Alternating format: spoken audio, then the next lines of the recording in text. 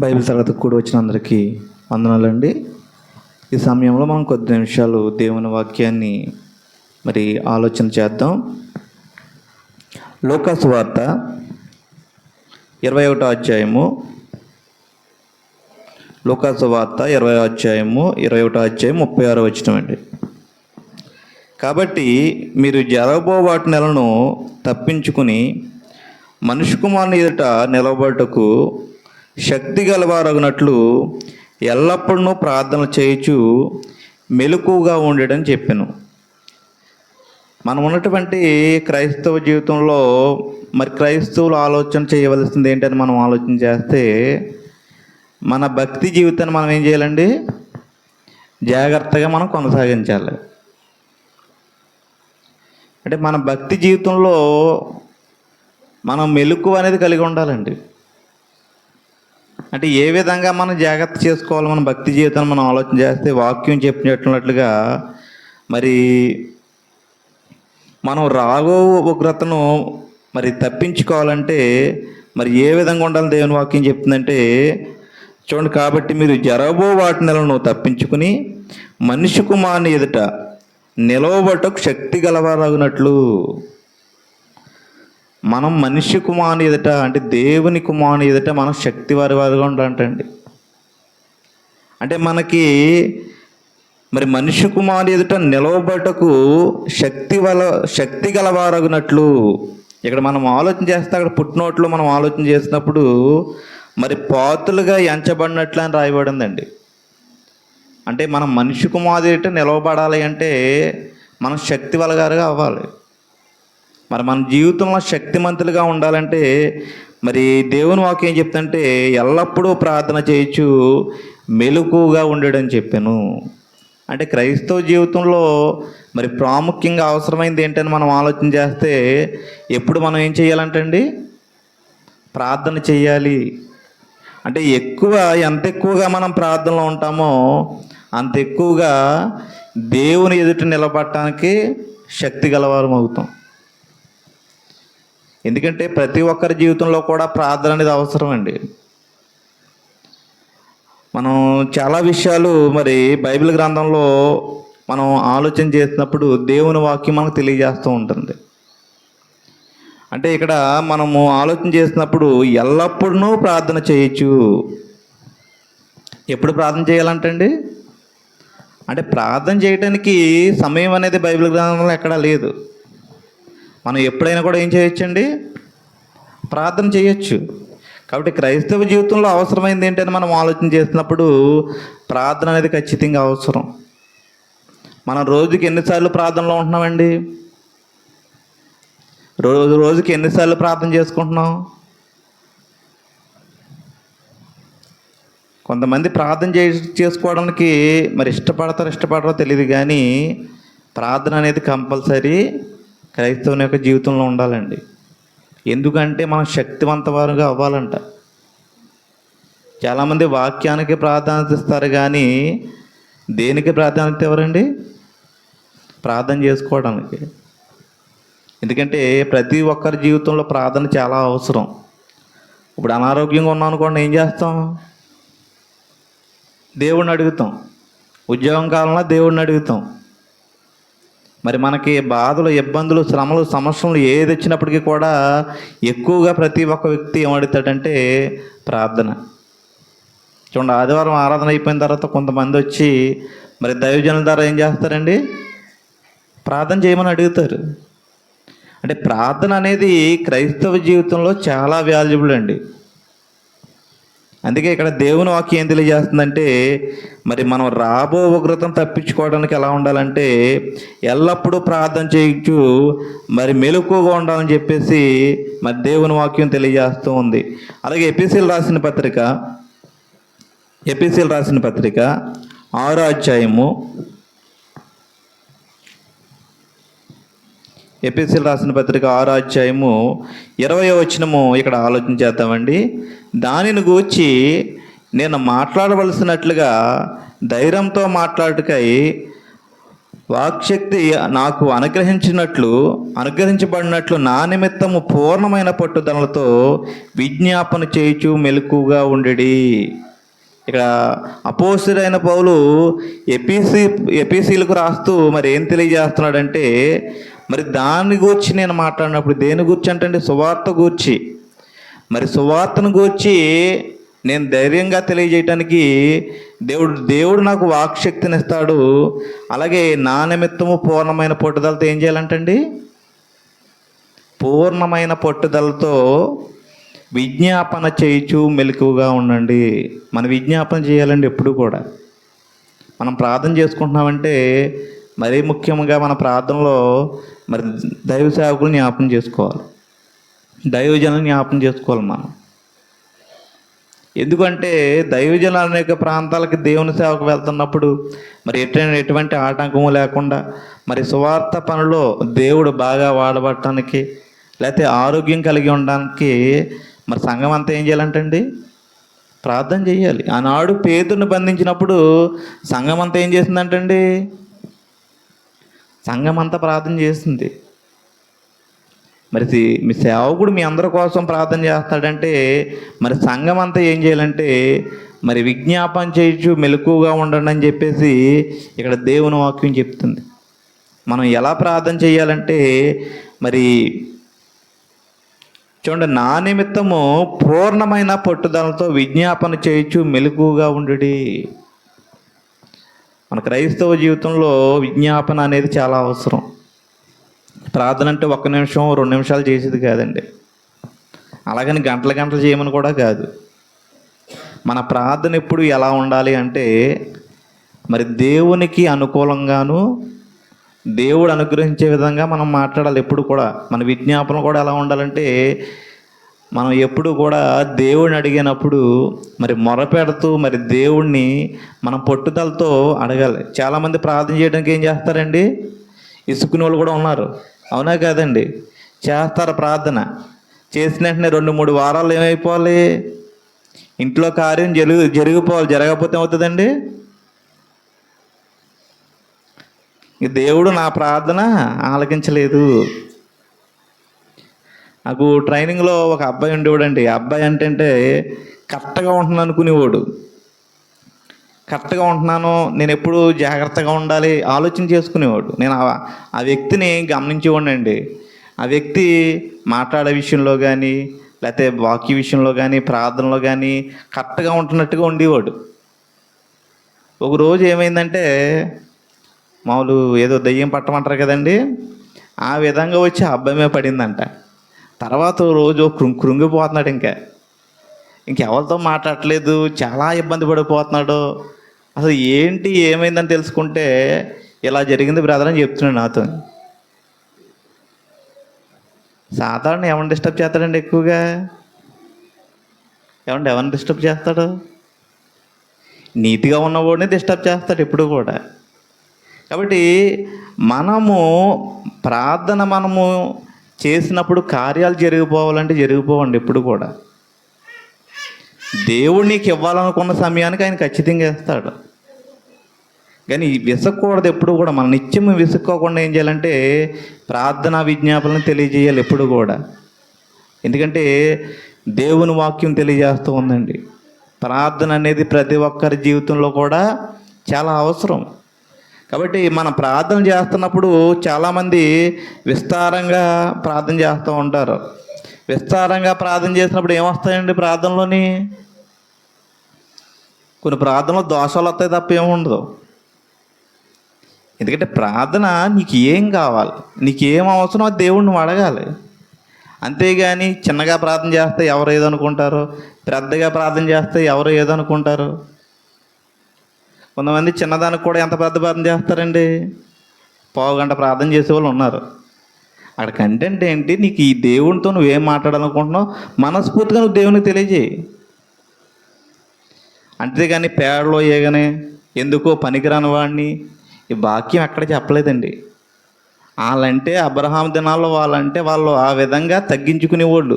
కానీ ఈనాడు ఎలా ఉంటున్నారంటే తిట్టేసుకుంటున్నారో తిట్టేస్తున్నారు కూడా ప్రార్థనలో. అండ్ అవునా కాదా? అంతగా నీకు బాగా తగ్గించుకోవాలని అంటే దేవుడిచ్చిన వాక్యం ద్వారా తగ్గించుకో. సరసూక్తులైనను బూతులైన ఉచ్చరింపకూడదు అన్నప్పుడు నేను ఎదవని పనికి మానవుడిని ఇవన్నీ ఎందుకంటే ప్రార్థనలోని ఇవన్నీ అవసరమా? అసలు చేసిన ప్రార్థనే కరెక్ట్ కాదు, మళ్ళీ దేవుడు అంగీకరించాలి. ఎందుకంటే మనము దేవునికి ప్రార్థన చేస్తున్నప్పుడు చాలా జాగ్రత్తగా చేయాలండి. భయం అనేది ఉండాలి మనకి. చాలా భయము కలిగి భక్తితో తగ్గించుకుని మనం ప్రార్థన చేయాలి. చూడండి, శంకరు ఏ విధంగా ప్రార్థన చేశాడు? దేవా పాపనైనా నన్ను కరుణించమని ఆకాశం వైపు చూటకు అంటే భయపడ్డాడు. ధైర్యము చాలక అనే మాట ఉంది. ఆకాశం వైపు చూడు, ధైర్యము చాలక రొమ్ము కొట్టుకుంటూ దేవా పాపనేమని సింపుల్గా ఏమన్నాడండి? పాపని. చాలామంది ఏంటంటే ప్రార్థనలో పాపం కూడా ఉచ్చరించేస్తారు, ఏంటో అర్థం కాదు. ఎలా చేశారో కూడా కొంతమంది చెప్తూ ఉంటారు. అది కరెక్ట్ కాదండి. ఎప్పుడు కూడా మనము దేవుని సన్నిధిలో ఎప్పుడు కూడా మనము ప్రార్థన చేయనప్పుడు మన మాటలు కొద్దిగానే ఉండాలి. ఎందుకంటే మనం ఎక్కడున్నాం? భూమి మీద ఉన్నాం. ఆయన ఎక్కడున్నాడు? పైన ఉన్నాడు ఆయన. భూమి ఏంటండి? ఆయన పాదపీఠం, అంటే ఆ పాదాల దగ్గర ఉన్నాం మనం. కాబట్టి మన ప్రార్థన ఏ విధంగా ఉండాలో మనం ఆలోచన చేయాలి. ఎందుకంటే ప్రార్థన అనేది ఖచ్చితంగా మనం చేసినప్పుడు వాక్యం ఏ విధంగా చెప్తుందో ఆ విధంగా మనం ప్రార్థన చేయాలి ఎప్పుడు కూడా. ఎందుకంటే చాలామంది ప్రార్థన అంటే ఏదో అడిగేస్తూ ఉంటారు, కానీ మరి నేను దేవునితో మాట్లాడుతున్నాను, అసలు దేవుడిని ఏం అడుగుతున్నాను? మనం ప్రార్థన చేస్తే మనం భౌతికమైన ఎక్కువ అడుగుతున్నామా, ఆత్మానుసారం ఎక్కువ అడుగుతున్నామా?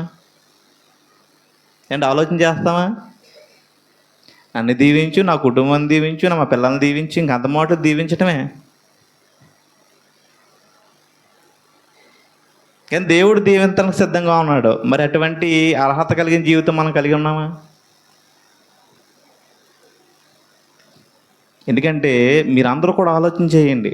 మనం బైబిల్ తరగతికి ఎందుకు వస్తున్నాం అనేది ఆలోచన చేయండి. వచ్చి వెళ్ళిపోతే అలాగ అందరూ వచ్చి వెళ్ళిపోతూ ఉంటారు. కానీ అది కాదండి. మనం ఎందుకు వస్తున్నాం ఏంటనేది, మన దేవుని సన్నిధానికి వస్తున్నామంటే మనం ఏం చేయాలంటే వాక్యాన్ని నేర్చుకుని మన ఆత్మను మనం బలపరుచుకోవడానికి వెళ్ళాలి, బలపరుచుకుని. కాబట్టి ఈ సమయంలో ఇంకా మనము మరి ఆలోచన చేసినప్పుడు మరి లోకాసు వార్త మరి 21వ అధ్యాయము మరి 36వ వచనము, అంటే మనం దేవుని ఎదుట నిలబడటానికి ఏం పొందుకోవాలంటండి? శక్తిని పొందుకోవాలంట. మరి శక్తిని పొందుకోవాలంటే మరి దేవుని వాక్యం ఏం తెలియజేస్తుందని మనం ఆలోచన చేసినప్పుడు మన ఆత్మకి శక్తి కలిగి ఉండటానికి ఏంటండి? ఏం కావాలండి? ఆత్మీయ ఆహారం అనేది కావాలి. దేవుని వాక్యం అనేది శక్తి కలదు. ఆ వాక్యాన్ని ఎప్పుడైతే మనం ఎక్కువగా మరి వాక్యంలో ఎక్కువగా ఎప్పుడైతే మనం వాక్యాన్ని మన హృదయంలో భద్రపరుచుకుంటామో ఖచ్చితంగా ప్రార్థన ద్వారా వాక్యం ద్వారా వ్యక్తి ఏమవుతాడంటే మరి శక్తి పొందుకుంటాడనే విషయము మరి దేవుని వాక్యము మరి తెలియజేస్తూ ఉంది. అలాగే ఇంకా మరి లోకాసు వార్త 12వ అధ్యాయము, లోకాసు వార్త 12వ అధ్యాయము, లోకాసు వార్త 12వ అధ్యాయము 38వ వచనము ఆలోచన చేసినప్పుడు,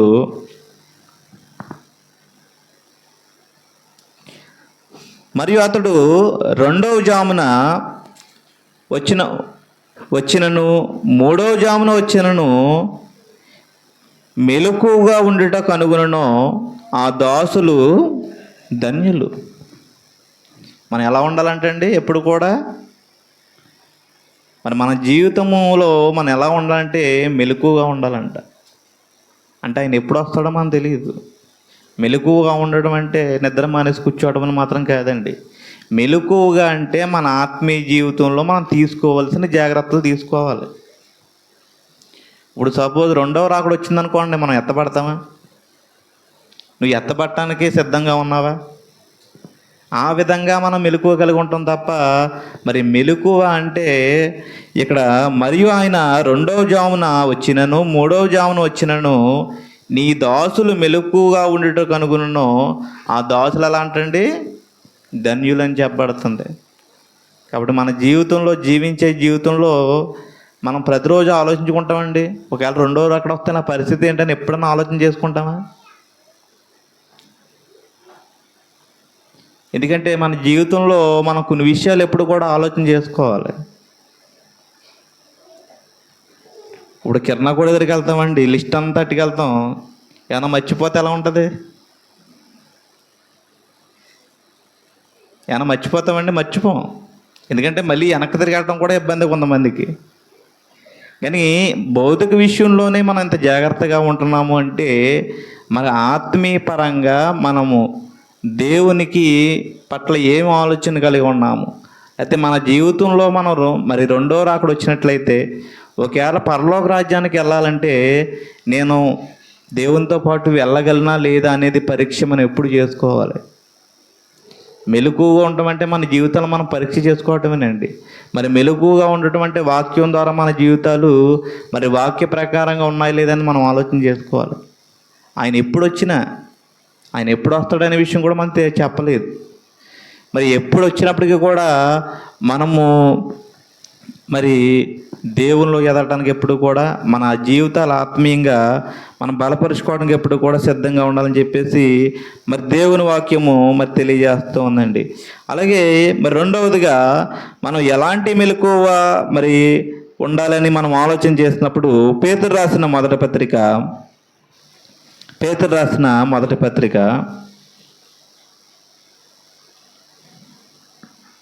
1వ అధ్యాయము 5వ అధ్యాయం అండి. పేతురు రాసిన మొదటి పత్రిక 5వ అధ్యాయము 8వ వచనము. నిబ్బరమైన బుద్ధి గలవారై మెలకుగా ఉండడి, మీ విరోధి అయిన అపవాది గర్జించు సింహం వలె ఎవరిని మృంగుదుమా అని వెదుకుచూ తిరుగుచున్నాడు. మనం ఏ బుద్ధి కలిగి ఉండాలంటండి? నిర్భరమైన బుద్ధి, అంటే స్థిరమైన బుద్ధి. నిర్భరమైన బుద్ధి అంటే ఎప్పుడు కూడా మన బుద్ధి ఎలా ఉందంటే స్థిరంగా ఉండాలని చెప్పేసి మరి దేవుని వాక్యము తెలియజేస్తూ ఉంది. ఎందుకంటే మన బుద్ధి అనేది ఎప్పుడు కూడా మరి స్థిరమైన బుద్ధి అంటే మంచి బుద్ధి మనం కలిగి ఉన్నప్పుడు మరి ఇక్కడ దేవుని వాక్యం తెలియజేస్తుందంటే మెలకుగా ఉండండి. మరి అపవాదైన సాతాను ఏం చేస్తూ ఉంటుందండి? ఎవరిని దేవుడి నుంచి దూరం చేద్దామనే ఆలోచన. సాతాను ఆలోచన ముందు నుంచి ఏంటంటే మనుషుల్ని దేవుడి నుంచి దూరం చేయటమే. మనం ఆలోచన చేస్తున్నప్పుడు మరి పాత నిబంధనలో కానీ అయితే కొత్త నిబంధనలో కానీ చాలామంది సాతాను ఏం చేస్తూ ఉంటున్నాడండి? యేసుక్రీస్తు ప్రభువు వారు శిష్యుల గురించి చెప్పారు, సాతాను మిమ్మల్ని జల్లించేద్దాం అనుకున్నాడు కానీ మీ కొరకు నేను ఎవరిని వేడుకున్నాను చెప్తాడండి ఆయన. దేవుడిని వేడుకున్నాననే విషయాన్ని ఆయన చెప్తూ ఉన్నాడు. కాబట్టి మన జీవితంలో మనం స్థిరమైన బుద్ధి కలిగి మెలకుగా ఉండాలని చెప్పేసి మరి దేవుని వాక్యము తెలియజేస్తూ ఉంది. ఎందుకంటే మీ విరోధి అయిన అపవాది గర్జించు సింహం వలె ఎవరిని మృంగుదునా అని వెదుకుతూ చిరుచున్నాడంటండి. చాలామంది సాతానికి భయపడే వాళ్ళు ఎక్కువ మంది ఉన్నారు ఇప్పుడు. కానీ దేవుని వాక్యం చెప్తుంది, దేవునికి లోబడి సాతాన్ని ఎదిరించండి వాక్యం తెలియజేస్తూ ఉంది. కాబట్టి మన స్థితి ఎలా ఉన్నప్పటికీ కూడా మన స్థిరమైన బుద్ధి కలిగి ఎప్పుడు దేవునిలో ఉండాలి తప్ప మన బుద్ధి ఎప్పుడు మారకూడదండి. ఎందుకంటే చాలామంది శ్రమలో కష్టాలు వచ్చినప్పుడు ఎవరిని ఎక్కువగా వదిలేయడానికి సిద్ధపడతారంటే దేవుడు వదిలేయడానికి సిద్ధపడుతూ ఉంటారు. కొంతమంది కూడా మనకి ఏంటంటే మనకు కావాల్సిన వారు ఇంట్లో ఉన్నప్పుడు వాళ్ళ చేత దేవుడు మరి సాతానుడు చెప్పించే అవకాశం కూడా ఉంటుంది. మరి ఇంతలా నమ్ముకుంటున్నావు నువ్వు, మరి నీకు ఇన్ని బాధలు ఎందుకు, కష్టాలు ఎందుకు, మరి ఆ దేవుడు నీకు ఏం చేశాడని చెప్పేసి మనకు కావాల్సిన వాళ్ళే చెప్పే అవకాశాలు కూడా ఉంటాయండి. అంటే సాతానుడు ఏం చేస్తూ ఉంటాడంటే ఎలాగైనా నిన్ను ఎక్కడి నుంచి దూరం చేయాలనుకుంటున్నాడు? దేవుడి నుంచి. ఎందుకంటే బైబిల్ క్లాసు ఉంటుందండి, అందరూ రండి అని చెప్తున్నాం. ఎన్నిసార్లు చెప్తున్నాం? అందరూ వచ్చే వరకు ఎప్పుడు చెప్తానే ఉన్నాం. కానీ సాధారణ ఏం చేస్తున్నాడు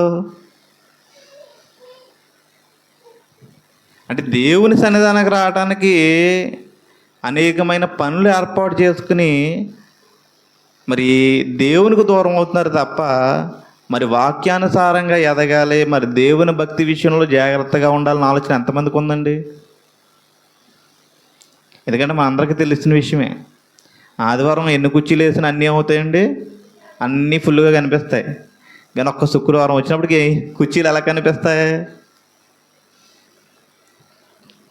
మెలకువగా ఉండటం అంటే కూడా వాక్యాన్ని ఎక్కువగా నేర్చుకోవటమేనండి.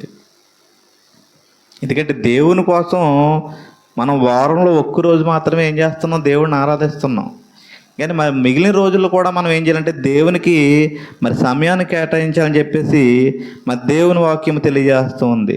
పేతురు రాసిన మొదటి పత్రిక 4వ అధ్యాయం 7వ వచనం ఆలోచన చేస్తే, పేతురు రాసిన మొదటి పత్రిక 4వ అధ్యాయం 7వ వచనము, అయితే అన్నిటి అంతము సమీపమై ఉన్నది, కాగా మీరు స్వస్థ బుద్ధి గలవారై ప్రార్థనలు చేయుటకు మెలకువగా ఉండుడి. మనకి ఏ బుద్ధి కావాలంటండి? స్వస్థ బుద్ధి గలవారై, అంటే మంచి బుద్ధి గలవారై మనం ఏం చేయాలంటే ప్రార్థన చేయాలంటండి. కొంతమంది మనుషులకి డబ్బులు బట్టి ఏం మారిపోతుందండి? బుద్ధులు మారిపోతూ ఉంటాయి. చాలామంది అంటారు డబ్బు దగ్గర తెలిసిందా ఇటు బుద్ధి అనుకుంటాం.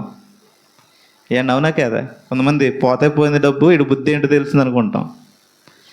కాబట్టి మన బుద్ధి ఎలా ఉండాలంటే స్వస్థ బుద్ధి గలవారై, వాక్య ప్రకారమైనటువంటి మంచి బుద్ధి కావాలండి.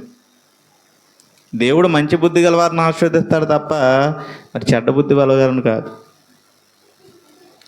మరి దేవుడు యెరికో ప్రాంతంలో మరి శపితమైంది ఏది తీసుకోవద్దు అన్నప్పుడు ఆకాను ఏం చేశాడండి? బంగారం మీద ఆశపడ్డాడు. అంటే బుద్ధి ఏమైంది? బంగారం చూసినప్పటికీ మారిపోయింది. ఇప్పుడు గెహాజీ కూడా మరి నయమాన్ బంగారము విలుగల వస్త్రం పట్టుకొచ్చినప్పుడు మరి గెహాజీ బుద్ధి ఏమైందండి?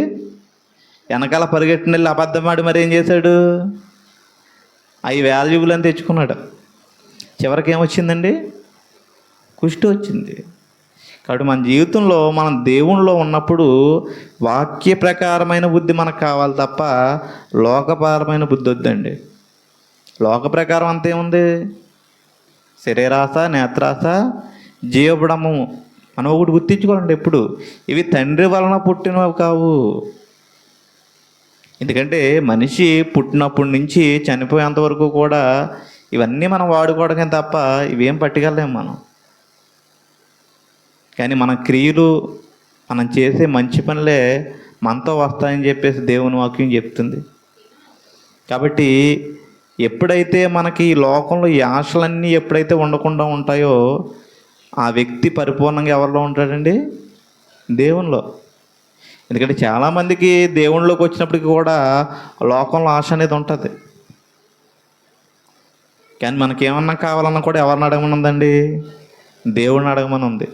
కాబట్టి మనం ఎప్పుడు కూడా మరి స్వస్థ బుద్ధి గలవారై మరి ప్రార్థన చేయొచ్చు, మెలకువగా ఉండండి అని చెప్పేసి మరి దేవుని వాక్యం తెలియజేస్తూ ఉంది. మరి కొలసీలు రాసిన పత్రిక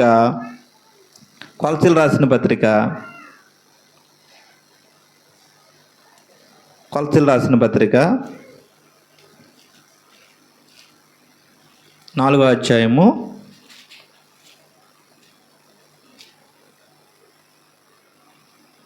4వ అధ్యాయము 2వ వచనం, ప్రార్థన యందు నిలకడగా ఉండి కృతజ్ఞత గలవారై దాని యందు మెలకువగా ఉండుడి, మరియు నేను బంధకంలో ఉంచబట్టకు కారణమైన క్రీస్తు మర్మము గురించి నేను బోధింపవలసిన విధముగానే ఆ మర్మమును వెల్లడిపరిచినట్లు వాక్యము చెప్పుటకు అనుకూలమైన సమయము దేవుడు దయచేయవలని మా కొరకు ప్రార్థించుటి.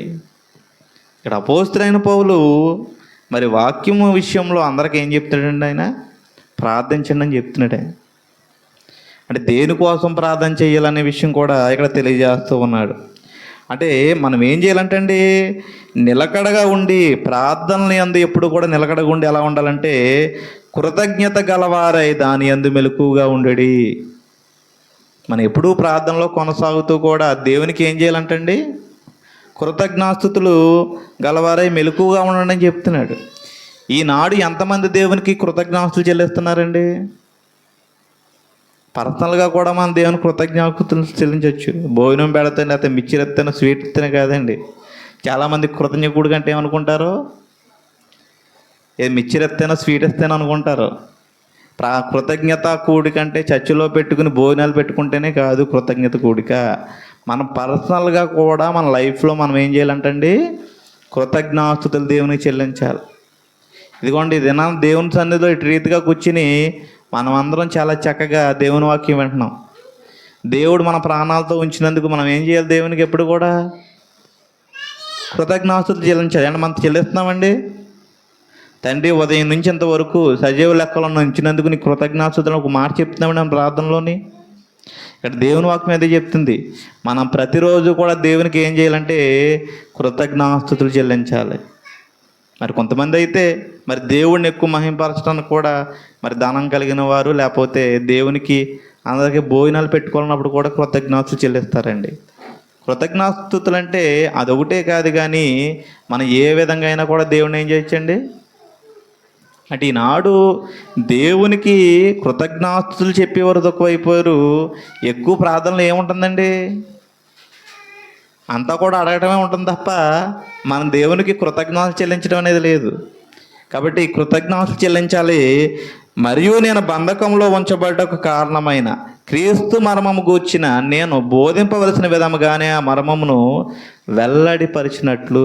ఇక్కడ అపోస్తలుడైన పౌలు చెప్తూ ఉన్నాడండి, నేను క్రీస్తు మర్మాన్ని మరి వెల్లడపరచడానికి.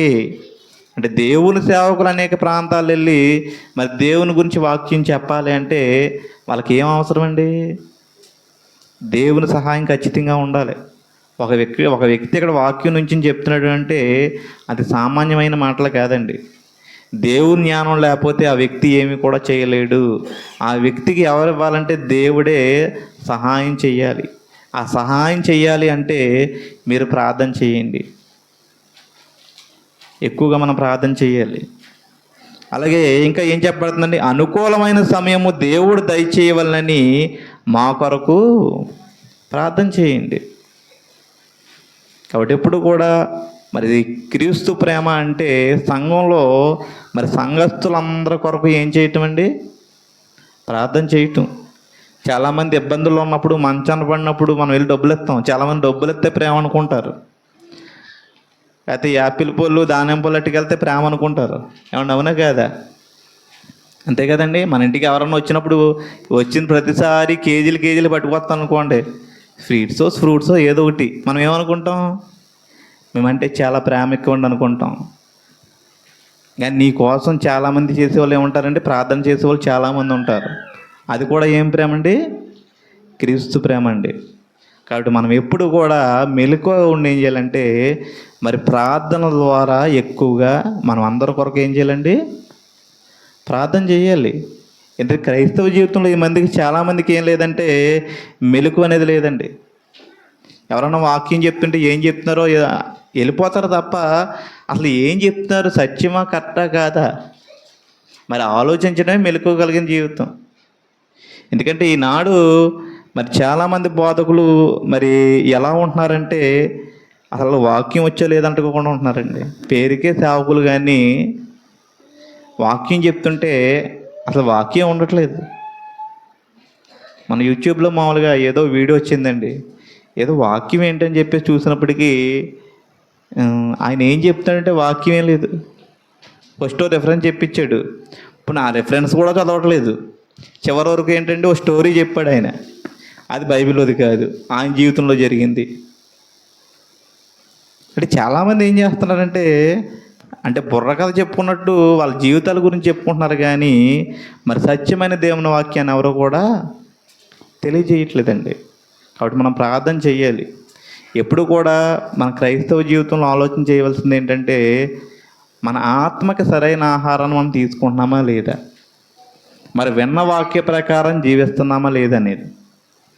ఎందుకంటే ఎప్పుడు కూడా నువ్వు వాక్యం విన్న తర్వాత వాక్య ప్రకారం జీవించినప్పుడు నీ క్రియలు చెప్పినా, నీ విధానం చెప్పినా దేవుడే నేను దీవిస్తాడు. కానీ మనం ఎక్కువ ఏం చేస్తామంటే చేసే తప్పు, అంటే ఆడు వాక్య ప్రకారం లేడండి, ఆడెప్పుడు గొడవ పెట్టుకుంటున్నాడండి, ఆడెప్పుడు. ఇది మనకు అనవసరం అండి. నీ జీవితం ఎప్పుడు నువ్వు సరి చేసుకోవాలి. నువ్వు సరి చేసుకున్న తర్వాత దేవుడు నీకు అవకాశం ఇస్తే నువ్వు వాక్యం ద్వారా మరి బుద్ధి చెప్పమంటున్నాడు, అలా హెచ్చరించమంటున్నాడు. మరి బలహీనలకు ఏం చేయమంటున్నాడు? వాక్యం ద్వారా బలపరచండి అని చెప్తున్నాడు. కాబట్టి మనం మెలకువ కలిగి ఉన్నామా లేదనేది